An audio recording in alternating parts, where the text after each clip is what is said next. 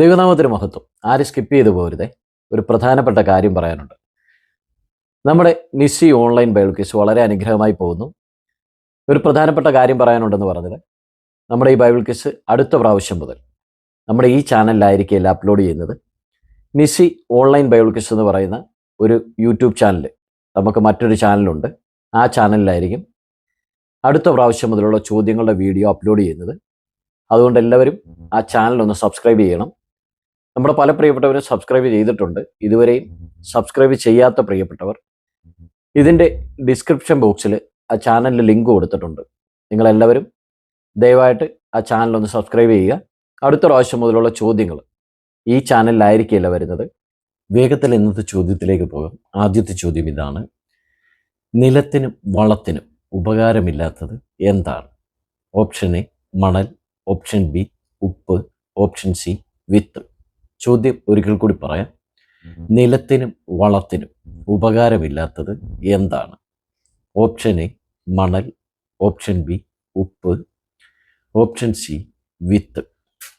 രണ്ടാമത്തെ ചോദ്യം: ഈ ഉപമ പറയുന്നത് ഞങ്ങളോടും എല്ലാവരോടും കൂടെയോ എന്ന ചോദ്യം യേശുവിനോട് ചോദിച്ച ശിഷ്യൻ ആരാണ്? Option A Yohannan, option B യാക്കോബ്, ഓപ്ഷൻ സി പത്രോസ്. ചോദ്യം ഒരിക്കൽ കൂടി പറയാം. ഈ ഉപമ പറയുന്നത് ഞങ്ങളോടും എല്ലാവരോടും കൂടെയോ എന്ന ചോദ്യം യേശുവിനോട് ചോദിച്ച ശിഷ്യൻ ആരാണ്? Option A Yohannan, option B യാക്കോബ്, ഓപ്ഷൻ സി പത്രോസ്. മൂന്നാമത്തെ ചോദ്യം ഇതാണ്: യേശു ശിഷ്യന്മാരോട് ജനങ്ങളെ എത്ര വീതം പന്തി പന്തിയായി ഇരുത്താനാണ് നിർദ്ദേശിച്ചത്? ഓപ്ഷൻ എ 50 വീതം, ഓപ്ഷൻ ബി 100 വീതം, ഓപ്ഷൻ സി 10 വീതം. ചോദ്യം ഒരിക്കൽ കൂടി പറയാം. യേശു ശിഷ്യന്മാരോട് ജനങ്ങളെ എത്ര വീതം പന്തി പന്തിയായി ഇരുത്താനാണ് നിർദ്ദേശിച്ചത്? ഓപ്ഷൻ എ 50 വീതം, ഓപ്ഷൻ ബി 100 വീതം, ഓപ്ഷൻ സി 10 വീതം. നാലാമത്തെ ചോദ്യം ഇതാണ്: ഉച്ചഭക്ഷണത്തിന് പറഞ്ഞിരിക്കുന്ന മറ്റൊരു പേര് എന്താണ്? ചോദ്യം ഒരിക്കൽ കൂടി പറയാം. ഉച്ചഭക്ഷണത്തിന് പറഞ്ഞിരിക്കുന്ന മറ്റൊരു പേര് എന്താണ്? അഞ്ചാമത്തെ ചോദ്യം: ഈ പാഠഭാഗങ്ങളിൽ യേശു ആരുടെയെല്ലാം വീടുകളിൽ സന്ദർശനം നടത്തിയിട്ടുണ്ട്? അതായത് ഇന്നത്തെ നമ്മുടെ പാഠഭാഗം എന്ന് പറയുന്നത് 9 മുതൽ 16 വരെയുള്ള അധ്യായങ്ങളാണ്. ചോദ്യം ഒരിക്കൽ കൂടി പറയാം. ഈ പാഠഭാഗങ്ങളിൽ യേശു ആരുടെയെല്ലാം വീടുകളിൽ സന്ദർശനം നടത്തിയിട്ടുണ്ട്? ആറാമത്തെ ചോദ്യം ഇതാണ്: മനുഷ്യർ വില കൽപ്പിക്കാത്ത ഒന്നിന് ദൈവം വില കൽപ്പിക്കുന്നതായി യേശു ചൂണ്ടിക്കാണിച്ചത് ഏത് സൃഷ്ടിയെയാണ്? ചോദ്യം ഒരിക്കൽ കൂടി പറയാം. മനുഷ്യർ വില കൽപ്പിക്കാത്ത ഒന്നിന് ദൈവം വില കൽപ്പിക്കുന്നതായി യേശു ചൂണ്ടിക്കാണിച്ചത് ഏത് സൃഷ്ടിയെയാണ്? ചോദ്യം എല്ലാവർക്കും മനസ്സിലായെന്ന് കരുതുന്നു. ഏഴാമത്തെ ചോദ്യത്തിലേക്ക് പോകാം. ഏഴാമത്തെ ചോദ്യം ഇതാണ്: സ്നേഹിതന്മാരുടെ ഉപമയിൽ എത്ര സ്നേഹിതന്മാരെ പറ്റി പറയുന്നു? ആരെല്ലാമാണ്? ചോദ്യം ഒരിക്കൽ കൂടി ആവർത്തിക്കാം. സ്നേഹിതന്മാരുടെ ഉപമയിൽ എത്ര സ്നേഹിതന്മാരെ പറ്റി പറയുന്നുണ്ട്? ആരെല്ലാമാണ്? എട്ടാമത്തെ ചോദ്യം ഇതാണ്: ആരുടെ ക്രൂരതകളാണ് യേശുവിനോട് അറിയിച്ചത്? അറിയിച്ച സംഭവം എന്താണ്? ഒരിക്കൽ കൂടി പറയാം. എട്ടാമത്തെ ചോദ്യം: ആരുടെ ക്രൂരതകളാണ് യേശുവിനോട് അറിയിച്ചത്? അറിയിച്ച സംഭവം എന്താണ്? ഒൻപതാമത്തെ ചോദ്യത്തിലേക്ക് പോകാം. ബോധം വന്നവൻ തിരിച്ചറിഞ്ഞത് എന്താണ്? ഒരിക്കൽ കൂടി പറയാം. ചോദ്യം: ബോധം വന്നവൻ തിരിച്ചറിഞ്ഞത് എന്താണ്? പത്താമത്തെ ചോദ്യം അവസാന ചോദ്യമാണ്. ഇതൊരു ട്രിക്കി ചോദ്യമാണ്. ഒരു വ്യക്തിയെ സൂചിപ്പിക്കാനായി സാധാരണ സംസാരത്തിൽ ഉപയോഗിക്കുന്ന ഒന്ന്, ലിപിയിൽ ഇത് ചിഹ്നമായി ഉപയോഗിക്കുന്നു. വചനത്തിൽ ഇതിന് വലിയ വിലയുണ്ട്. എന്താണ്? ചോദ്യം ഒരിക്കൽ കൂടി പറയാം. ഒരു വ്യക്തിയെ സൂചിപ്പിക്കാനായി സാധാരണ സംസാരത്തിൽ ഉപയോഗിക്കുന്ന ഒന്ന്, ലിപിയിൽ ഇത് ചിഹ്നമായി ഉപയോഗിക്കുന്നു. ലിപി എന്ന് പറഞ്ഞാൽ എഴുത്ത്. വചനത്തിൽ ഇതിന് വലിയ വിലയുണ്ട്. എന്താണ്? ഇത്രയുമാണ് നമ്മുടെ ഇന്നത്തെ ചോദ്യങ്ങൾ. ചോദ്യങ്ങൾ എല്ലാവർക്കും മനസ്സിലായെന്ന് കരുതുന്നു. വേഗത്തിൽ തന്നെ ഉത്തരങ്ങൾ അയക്കുവാനായിട്ട് ദൈവം എല്ലാവരെയും സഹായിക്കട്ടെ. നമ്മുടെ കഴിഞ്ഞ ദിവസത്തെ ചോദ്യങ്ങൾ ലൂക്കോസിന്റെ സുവിശേഷം 1 മുതൽ 8 വരെയുള്ള അധ്യായങ്ങളിൽ നിന്നായിരുന്നു. ആദ്യത്തെ ചോദ്യം ഇതായിരുന്നു: പിശാച് യേശുവിന് ലോകത്തിലെ സകല രാജ്യങ്ങളെയും കാണിച്ചത് എങ്ങനെയാണ്? ശരിയുത്തരം ഇതായിരുന്നു. ഓപ്ഷൻ എ, ക്ഷണനേരത്തിൽ. ലൂക്കോസ് 4:5. രണ്ടാമത്തെ ചോദ്യം ഇതായിരുന്നു: വെള്ളപ്പൊക്കം വന്ന് വീടിനോടടിച്ചു, എന്നാൽ അത് ഇളകിപ്പോയില്ല എന്ന് പറഞ്ഞിരിക്കുന്നതിൻ്റെ കാരണം എന്താണ്? ശരിയുത്തരം ഓപ്ഷൻ സി ആയിരുന്നു. നല്ലവണ്ണം പണിതിരിക്കൊണ്ട്. 6:48. മൂന്നാമത്തെ ചോദ്യം ഇതായിരുന്നു: വിളഭൂമിയിലൂടെ നടക്കുമ്പോൾ ശിഷ്യന്മാർ ചെയ്തത് എന്താണ്? ഇതിൻ്റെ ശരിയുത്തരം ഓപ്ഷൻ ബി ആയിരുന്നു. കതിർ പറിച്ച് കൈകൊണ്ട് തിരുമി തിന്നു. ലൂക്കോസ് 6:1. നാലാമത്തെ ചോദ്യം ഇതായിരുന്നു: അത്യുന്നതന്റെ മക്കൾ എന്ന പദവിക്ക് അർഹനാകുവാൻ ചെയ്യേണ്ട കാര്യങ്ങൾ എന്തെല്ലാമാണ്? ഉത്തരം ലൂക്കോസ് 6:35 കാണാം. നിങ്ങളോ ശത്രുക്കളെ സ്നേഹിപ്പിൻ, അവർക്ക് നന്മ ചെയ്യുവിൻ, ഒന്നും പകരം ഇച്ഛിക്കാതെ കടം കൊടുപ്പിൻ, എന്നാൽ നിങ്ങളുടെ പ്രതിഫലം വളരെയാകും, നിങ്ങൾ അത്യുന്നതന്റെ മക്കളാകും. അഞ്ചാമത്തെ ചോദ്യം ഇതായിരുന്നു: സ്നാപയോഹന്നാനെ കുറിച്ച് ജനം വിചാരിച്ചത് എന്താണ്? ഉത്തരം ലൂക്കോസ് 3:15 കാണാം. അവൻ ക്രിസ്തുവോ എന്ന് അവർ ഹൃദയത്തിൽ വിചാരിച്ചു. ആറാമത്തെ ചോദ്യം: ഈ പാഠഭാഗത്ത് കാണുന്ന ഭാഗ്യവാന്മാർ ആരെല്ലാമാണ്? ലൂക്കോസ് 6:21 കാണാം. വിശക്കുന്നവരായ നിങ്ങൾ ഭാഗ്യവാന്മാർ. അപ്പോൾ വിശക്കുന്നവർ. അതുപോലെ തന്നെ കരയുന്നവരായ നിങ്ങൾ ഭാഗ്യവാന്മാർ. അപ്പോൾ കരയുന്നവർ. 6:22 നമുക്ക് കാണാം. മനുഷ്യപുത്ര നിമിത്തം മനുഷ്യർ നിങ്ങളെ ദ്വേഷിച്ച് ഭ്രഷ്ടരാക്കി നിന്ദിച്ച് നിങ്ങളുടെ പേർ വിടക്കെന്ന് തള്ളുമ്പോൾ നിങ്ങൾ ഭാഗ്യവാന്മാർ. അതുപോലെ തന്നെ 7:23 നമുക്ക് കാണാം. എന്നാൽ എങ്കൽ ഇടറിപ്പോകാത്തവൻ ഭാഗ്യവാൻ. അപ്പോൾ യേശുവിൽ ഇടറിപ്പോകാത്തവനും ഭാഗ്യവാനാണ്. ഏഴാമത്തെ ചോദ്യം ഇതായിരുന്നു: നസ്രത്തിലെ ജനങ്ങൾ യേശുവിനെ അംഗീകരിക്കാതിരുന്നത് എന്തുകൊണ്ടാണ്? ഇതിൻ്റെ ഒറ്റ വാക്കിൽ ഇതിൻ്റെ ഉത്തരം പറഞ്ഞു കഴിഞ്ഞാൽ അവനെ അവർക്ക് അറിയാമായിരുന്നു, അതുകൊണ്ടാണ് യേശുവിനെ അവർ അംഗീകരിക്കാതിരുന്നത്. 4:22 നമുക്ക് ഇങ്ങനെ കാണാം. എല്ലാവരും അവനെ പുകഴ്ത്തി അവൻ്റെ വായിൽ നിന്ന് പുറപ്പെട്ട ലാവണ്യ വാക്കുകൾ നിമിത്തം ആശ്ചര്യപ്പെട്ടു. ഇവൻ യോസഫിൻ്റെ മകനല്ലയോ എന്ന് പറഞ്ഞു. അപ്പോൾ പല പ്രിയപ്പെട്ടവരും യേശു പറഞ്ഞ ഒരു ഉദ്ധരണിയെ എടുത്തിട്ട് അതിൻ്റെ ഉത്തരമായിട്ട് എഴുതിയിട്ടുണ്ട്: ഒരു പ്രവാചകനും തൻ്റെ പിതൃനഗരത്തിൽ സമ്മതനല്ല എന്ന് ഞാൻ സത്യമായിട്ട് നിങ്ങളോട് പറയുന്നു എന്ന് പറഞ്ഞ ആ ഒരു ഉത്തരം എഴുതിയിട്ടുണ്ട്. അത് യേശു പറഞ്ഞതാണ്. ജനങ്ങൾ സത്യത്തിൽ അവനെ അംഗീകരിക്കാതിരുന്നത്, അതായത് അവരുടെ നാട്ടുകാരനായിരുന്നതുകൊണ്ടും അവർക്ക് വ്യക്തിപരമായിട്ട് അറിയുന്ന ഒരാളിൻ്റെ മകനായിരുന്നതുകൊണ്ടുമാണ് യേശുവിനെ അവർ അംഗീകരിക്കാതിരുന്നത്. എട്ടാമത്തെ ചോദ്യം ഇതായിരുന്നു: ദൈവിക ആലോചന വ്യർത്ഥമാക്കിയത് ആരാണ്? ഇതിൻ്റെ ഉത്തരം ലൂക്കോസ് 7:30 നമുക്ക് കാണാം.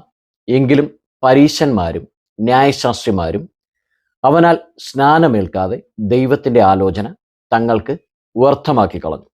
അപ്പോൾ പരീശന്മാരും ന്യായശാസ്ത്രിമാരും എന്നാണ് ഇതിൻ്റെ ശരിയായ ഉത്തരം.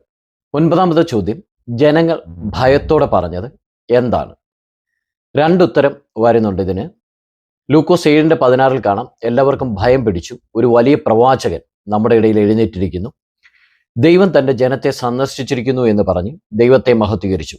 അപ്പോൾ ഒന്നാമത്തെ ഉത്തരം ദൈവം തൻ്റെ ജനത്തെ സന്ദർശിച്ചിരിക്കുന്നു എന്നാണ് ജനങ്ങൾ പറഞ്ഞത്. അതുപോലെ തന്നെ രണ്ടാമത്തത് ലൂക്കോസ് 5:26 കാണാം. എല്ലാവരും വിസ്മയം പൂണ്ട് ദൈവത്തെ മഹത്വപ്പെടുത്തി ഭയം നിറഞ്ഞവരായി, ഇന്ന് നാം അപൂർവ കാര്യങ്ങളെ കണ്ടു എന്ന് പറഞ്ഞു. അപ്പോൾ രണ്ടാമത്തെ ഉത്തരം ഇന്ന് നാം അപൂർവ കാര്യങ്ങളെ കണ്ടു എന്നാണ് ജനം പറഞ്ഞത്. എല്ലാവർക്കും ഉത്തരം മനസ്സിലായെന്ന് കരുതുന്നു. പത്താമത്തെ ചോദ്യം ഇതായിരുന്നു: യെസ്രോന്റെ വല്യപ്പൻ ആരാണ്? ഉത്തരം ഇതാണ്: യഹൂദ. ലൂക്കോസ് 3:33. ഇത്രയുമായിരുന്നു നമ്മുടെ കഴിഞ്ഞ ദിവസത്തെ ചോദ്യങ്ങളും ഉത്തരങ്ങളും. ഈ ചോദ്യങ്ങൾക്ക് ആരൊക്കെയാണ് ഉത്തരം അയച്ചതെന്ന് നോക്കാം. ഈ പ്രിയപ്പെട്ടവരൊക്കെയാണ് നമുക്ക് ഉത്തരങ്ങൾ അയച്ചിരിക്കുന്നത്. പലരുടെയും പേരുകളൊക്കെ ഒന്ന് ഞാൻ പറഞ്ഞു നോക്കി, പക്ഷേ പലരുടെയും പേരുകൾ ഐ ഡിയിലുള്ള പേരുകളൊക്കെ ആയിട്ട് ഒത്തിരി വ്യത്യാസമുണ്ട്. ചില പ്രിയപ്പെട്ടവരൊക്കെ പേരെഴുതിയിട്ടുണ്ട്. ഇതുപോലെ Geethu Justin, sister Lisa Sumod, ഇങ്ങനെയൊക്കെ പേരെഴുതി കഴിഞ്ഞാൽ പെട്ടെന്ന് വായിക്കുവാനായിട്ട് സാധിക്കും. പല പ്രിയപ്പെട്ടവരുടെയും ഐഡിയിലുള്ള പേരായതുകൊണ്ട് പേര് വായിക്കുവാനുള്ള ബുദ്ധിമുട്ടുണ്ട്. അപ്പോൾ നിങ്ങളെല്ലാവരും പേര് ഒന്ന് മെൻഷൻ ചെയ്ത് കഴിഞ്ഞാൽ ആ പേര് പറയുവാനും പെട്ടെന്ന് തന്നെ നിങ്ങളുടെ ഉത്തരങ്ങൾ ഉണ്ടോ എന്ന് ചെക്ക് ചെയ്യുവാനായിട്ടും സാധിക്കും. പേര് കേൾക്കുമ്പോൾ ഒരുപക്ഷെ ഞാൻ നോക്കുന്നത് പോലെ തന്നെ നിങ്ങൾക്ക് ഒരുപക്ഷെ പെട്ടെന്ന് വീഡിയോയിൽ നിങ്ങളുടെ പേര് കണ്ടെത്തുവാനായിട്ട് സാധിക്കില്ല. പേര് പറയുകയാണെങ്കിൽ പെട്ടെന്ന് കണ്ടെത്തുവാൻ സാധിക്കും. അതുകൊണ്ട് എല്ലാവരും പേര് കൂടി ഒന്ന് മെൻഷൻ ചെയ്യുക. അതുപോലെ തന്നെ നിങ്ങളുടെ എല്ലാവരുടെയും ഉത്തരങ്ങൾ ഇതിലുണ്ടോ എന്ന് ചെക്ക് ചെയ്ത് ആരുടെയെങ്കിലും ഉത്തരങ്ങൾ വന്നിട്ടില്ല എങ്കിൽ അത് ദയവായിട്ട് അറിയിക്കുവാനായിട്ട് ശ്രമിക്കുക.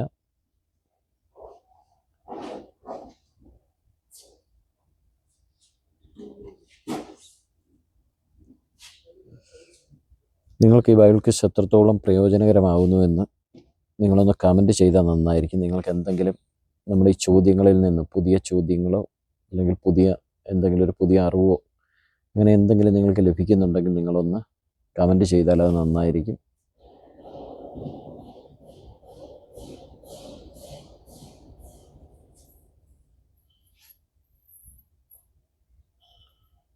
പങ്കെടുക്കുന്ന എല്ലാ പ്രിയപ്പെട്ടവരെയും ദൈവം ധാരാളമായിട്ട് അനുഗ്രഹിക്കട്ടെ. ഒരുമിച്ച് ദൈവവചനം പഠിക്കുവാൻ ദൈവം സഹായിക്കട്ടെ.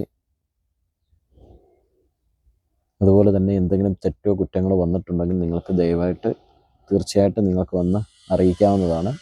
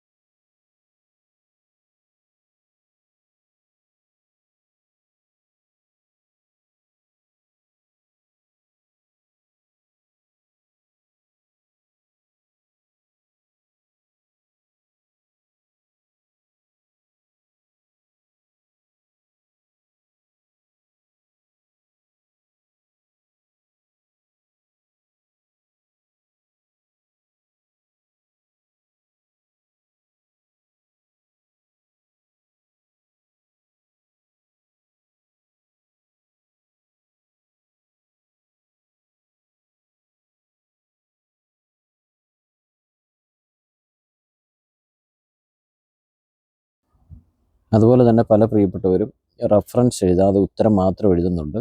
അങ്ങനെയുള്ള ഉത്തരങ്ങൾ പരിഗണിക്കുകയില്ല. ഉത്തരത്തോടു കൂടി റെഫറൻസും ആവശ്യമാണ്. 6ാമത്തെ ചോദ്യത്തിന് 7/23 എഴുതാത്തവർക്കും ആ ഉത്തരം എഴുതാത്തവർക്കും മാർക്ക് തരുന്നുണ്ട്. ഇത്രയും പേരാണ് ഉത്തരങ്ങൾ അയച്ചത്. എല്ലാവരുടെയും പേര് വന്നിട്ടുണ്ട്, ഉത്തരങ്ങൾ വന്നിട്ടുണ്ട് എന്ന് വിശ്വസിക്കുകയാണ്. നിങ്ങളുടെ ആരുടെയെങ്കിലും ഉത്തരങ്ങൾ വിട്ടുപോയിട്ടുണ്ടെങ്കിൽ തീർച്ചയായിട്ടും അറിയിക്കാവുന്നതാണ്. എല്ലാവരെയും ദൈവം അനുഗ്രഹിക്കട്ടെ. ഈ ചോദ്യങ്ങൾക്ക് ആരൊക്കെയാണ് ശരിയുത്തരം അയച്ചതെന്ന് നോക്കാം. ഇവരാണ് വിജയികൾ: sister Sheeja Sunny, brother Justin Kaji, sister Jaya George, sister Daly Jayan, sister Nancy, brother George T G, sister Jessy Antony, sister Jalaja, sister Anusha Shihabuddin, sister Suja Joseph, sister Nirmala Vijayan, sister Sally Joseph, brother Pyarilal G, sister Beenami, sister Anjumi, brother Mathew Marlin, sister Asha, sister Sujamol, sister Sunitha Shaji, sister Saramma Joseph, sister Praveena Sunil, sister Lijimol K Chandy, sister Suma Pradeep. വിജയികൾക്ക് അഭിനന്ദനങ്ങൾ. എല്ലാവരെയും ദൈവം ധാരാളമായിട്ട് അനുഗ്രഹിക്കട്ടെ. നിങ്ങൾ ആദ്യമായിട്ടാണ് ഈ ചാനൽ കാണുന്നത്, നിങ്ങൾ സബ്സ്ക്രൈബ് ചെയ്യുവാൻ മറക്കരുത്. അതുപോലെ തന്നെ നമ്മുടെ അടുത്ത ബൈബിൾ ക്വിസ് പുതിയ ചാനലിലായിരിക്കും. എല്ലാവരും അത് ഓർമ്മയിൽ വയ്ക്കുക. എല്ലാവരെയും ദൈവം ധാരാളമായിട്ട് അനുഗ്രഹിക്കട്ടെ. പുതിയൊരു വീഡിയോയിൽ കാണുമ്പോഴേക്കും കർത്താവിൻ്റെ ചിറകുകളിൽ നമ്മെ മറക്കട്ടെ. ആമേൻ.